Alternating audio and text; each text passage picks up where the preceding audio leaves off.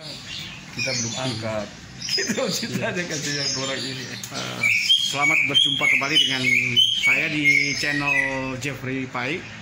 Saya saat ini sedang bersama dengan Rektor UKIT Yayasan Aset Erwenas, Pendeta Dr.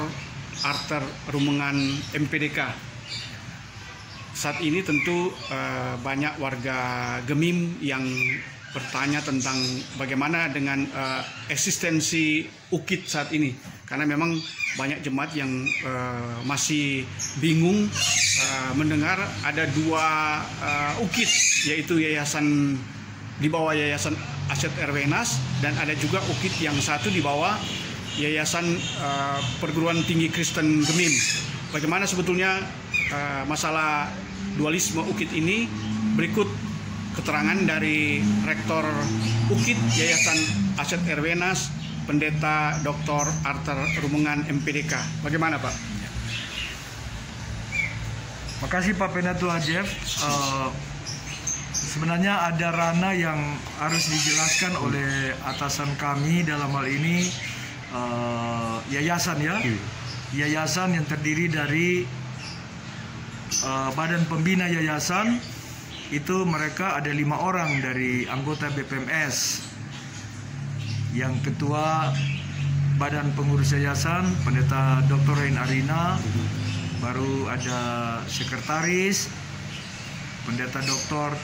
Evertanel STMPDK, baru ada bendahara Bapak Syammas Kiki Montong MTH. Baru ada 2 anggota, itu ada Penatua John Lee Wendur SH MH MM, dan ada Pendeta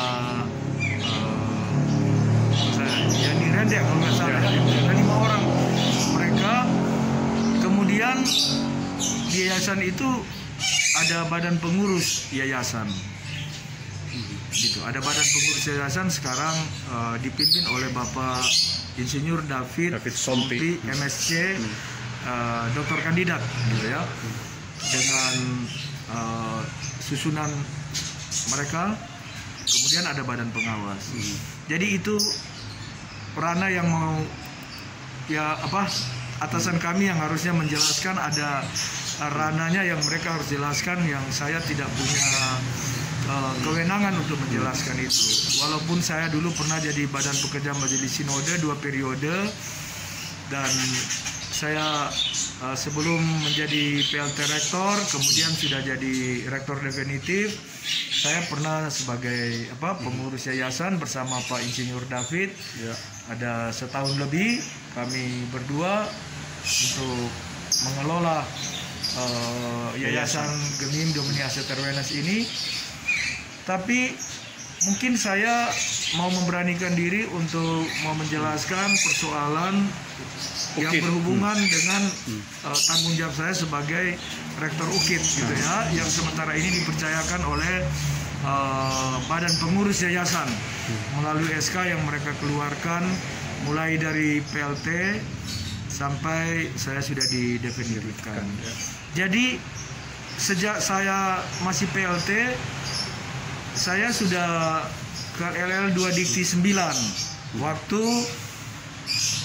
masih di tahun 2020 akhir itu, karena L2 Dikti 9 sudah memekarkan diri sehingga sudah jadi L2 Dikti 16, di mana kami sebagai perguruan tinggi swasta yang ada di Sulut sudah ke L2 Dikti 9 yang kedudukannya di Gorontalo.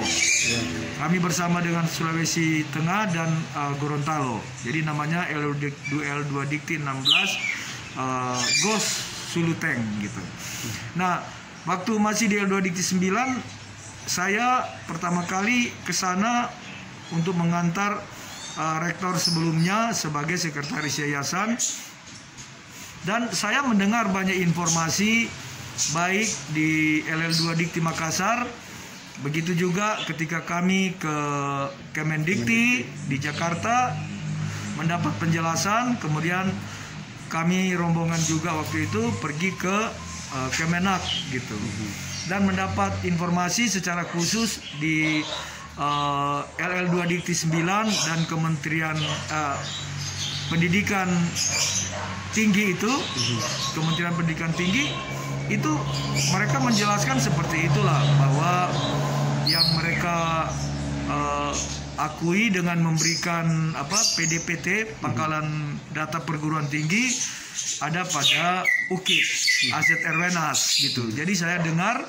dan memang setelah itu kami memproses untuk di menjelang bulan November itu kami kembali lagi untuk sudah mau memproses akan ada wisuda yang sekian banyak orang itu, dan kami mendapat penegasan lagi di situ ya, karena kami mau layani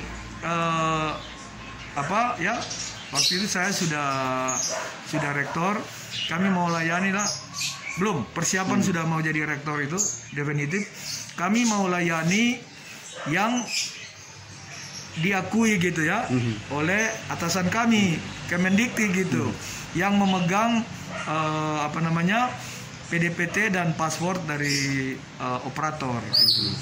Jadi ya seperti itu, dan saya jalani dalam tugas-tugas sebagai rektor sampai sekarang ini. Kami juga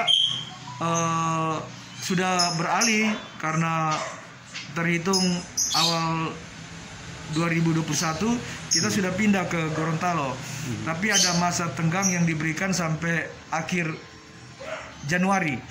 Sesudah itu tidak bisa lagi dilayani oleh L2 Dikti 9, jadi sudah harus ke Gorontalo. Jadi kami sudah juga berkunjung ke Gorontalo baru 1 kali untuk bersilaturahmi. Kami pergi ada 6 orang, kami mewakili badan pembina yang adalah BPMS, baru badan pengurus, kemudian rektor, ketua senat UKIT, baru ada seorang dosen dari hukum, kemudian dari operator kami yang memegang password itu juga kan, mengurus itu. Jadi kami mendapat penjelasan seperti itu juga dari L2 Dikti. Kami tetap berpikir bahwa kami mau ikut atasan kami gitu, Kemendikti, seperti LL2 Dikti 9 yang lalu. Maka sikap kami, kata Prof. Makhludin Balwadi MP, beliau mengatakan bahwa seperti itu sikap kami, dan oleh karena itu kami berpengharapan saja untuk tetap melanjutkan aktivitas akademik, dan kami memiliki PDPT. Jadi kesulitan-kesulitan kami ketika upaya-upaya yang disampaikan dalam rangka untuk rekonsiliasi, baik yang terjadi antar yayasan internal Wenas yang lalu, itu butuh waktu kami untuk memproses, karena kalau mahasiswa tidak ada di pangkalan data itu tidak gampang loh Pak Jeff. Jadi memang, tapi bukan tidak bisa diurus gitu. Ada yang bisa diurus, ada mungkin yang tidak. Harus ditunda kalau ternyata sudah dikasih tamat, misalnya ada kendala-kendala apalah. Ya itu memang pimpinan universitas sekarang kami sedang mengurus gitu, untuk supaya jangan mengorbankan mahasiswa seperti prinsip dari Kemendikti dan LL2 Dikti gitu ya, baik L2 Dikti 9 dan sekarang sudah di L2 Dikti 16. Dan kami sekarang sudah sedang mempersiapkan lagi untuk ada rencana, kalau Tuhan berkenan, akan membuat wisuda, tapi kami masih mau menunggu. Kami sedang memproses, ada beberapa fakultas lagi dengan program studinya yang akan ujian dalam waktu dekat ini. Jadi kami mau menunggu itu, baru kami mau ke Gorontalo lagi, sudah mau melapor bahwa ada sekian ratus mahasiswa yang sudah ujian, dan kami sangat yakin yang kami mau lakukan itu akan lolos di validasi verifikasi. Karena tidak mungkin kalau kita ada dalam PDPT tidak divalidasi dan verifikasi, dan tidak mungkin kalau tidak ada dalam PDPT itu mau divalidasi dan verifikasi, karena nama-nama mahasiswa itu tidak ada di pangkalan data. Bagaimana LL2 Dikti 16 ini memvalidasi dan memverifikasi nama-nama itu, tidak mungkin. Nah, oleh karena itu kami optimis saja tanpa mau menyudutkan siapa-siapa, tapi kami mau berjalan pada sikap sebagaimana yang diamanatkan oleh pimpinan gereja kami. Jalan saja dengan komitmen bahwa PDPT ada pada siapa, rektor jalankan saja tugas.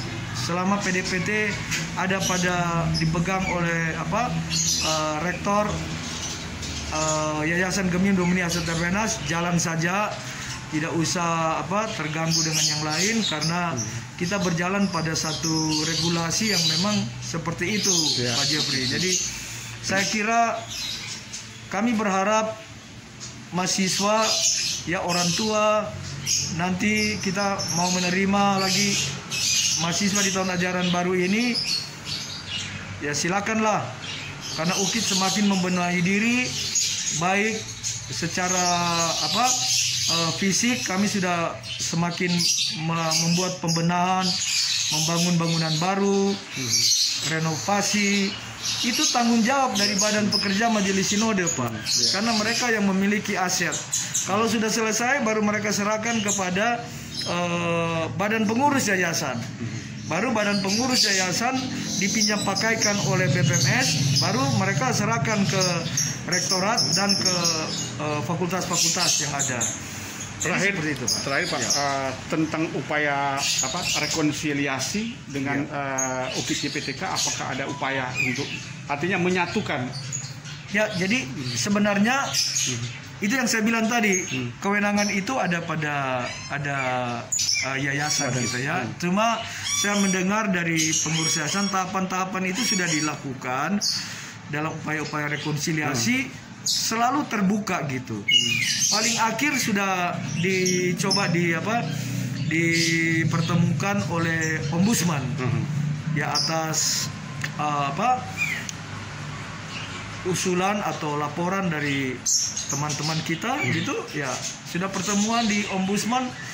Waktu itu Pak Ketua Yayasan hadir, kita tahu Pak David dengan Pak Suriton, begitu juga dengan rektor di masa itu Profesor Dr.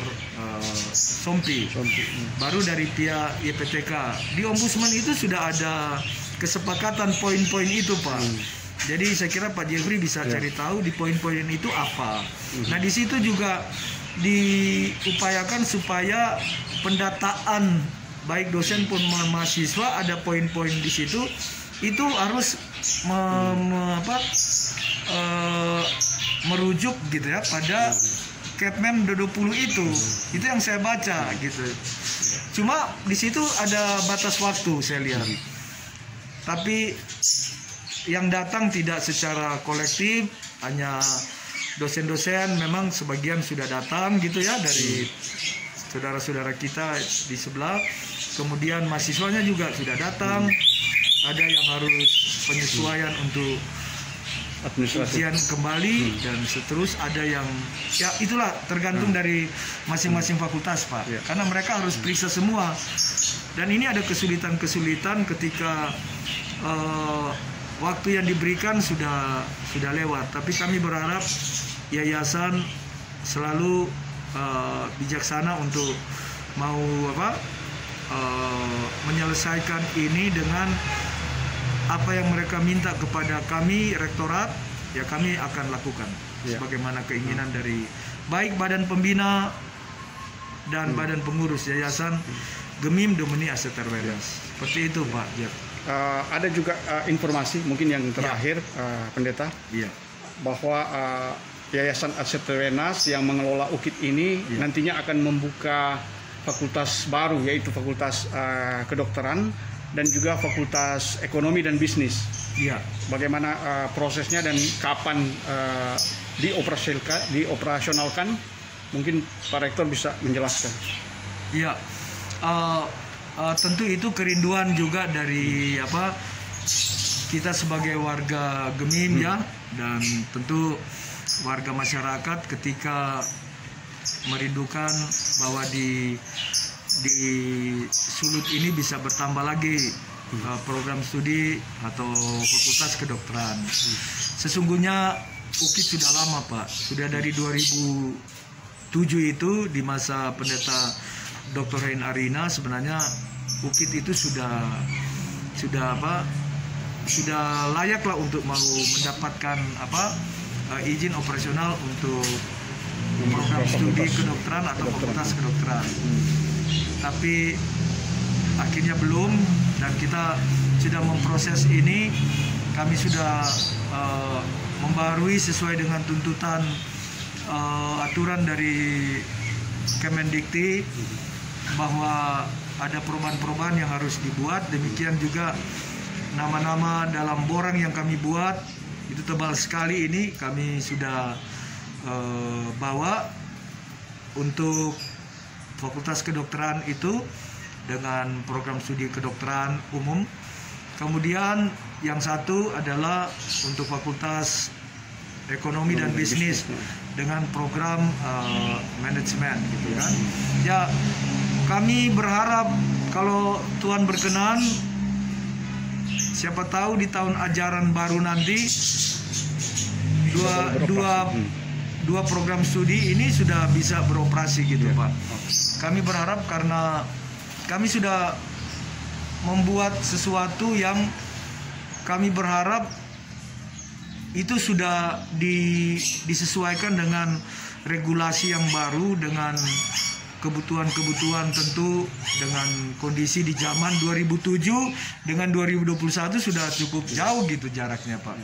Tapi kami tentu berharap selain secara regulasi akademik kami melakukan itu, sambil selalu berharap kiranya Tuhan berkenanlah untuk pendirian untuk dua fakultas ini ya, fakultas kedokteran dan fakultas ekonomi dan bisnis. Ya. Demikianlah percakapan kami dengan Rektor UKIT Yayasan Lenas, Pendeta Dr. Arthur Rumengan MPDK, dan sampai jumpa. Tuhan memberkati.